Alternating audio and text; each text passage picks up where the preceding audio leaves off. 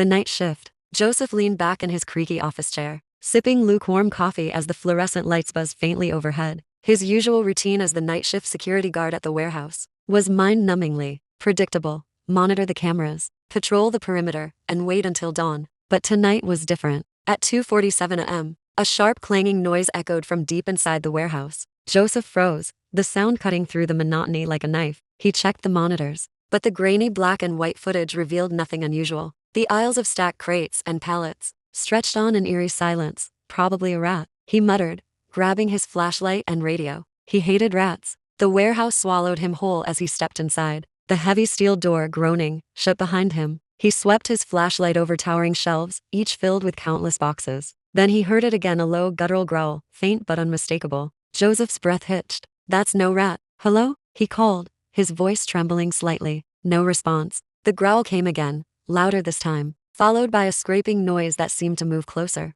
Joseph's grip on the flashlight tightened. He flicked on his radio, but all he got was static. As he rounded a corner, his light caught something on the floor, scratch marks etched into the concrete, deep and jagged. Whatever had made them wasn't small. His stomach churned. A sudden crash echoed from the far end of the warehouse, followed by a heavy thud. Joseph broke into a cold sweat. He turned toward the sound and saw movement, a dark, hulking figure darting between the shelves. "Who's there?" he shouted, his voice cracking. The only answer was the echo of his own words. Heart pounding, Joseph approached the source oft crash. A metal shelving unit lay toppled over, its contents strewn across the floor. Amid the chaos, he spotted something bizarre, a trail of dark, slimy footprints, each as large as his torso, leading away into the shadows. He followed the trail cautiously, the warehouse suddenly feeling like a labyrinth. The air grew colder, the shadows deeper. Then he saw it. At the edge of his flashlight's beam, a massive, grotesque shape loomed. It was hunched, its skin glistening like wet leather. Its eyes glowed faintly, and its jagged teeth glinted as it let out a low snarl.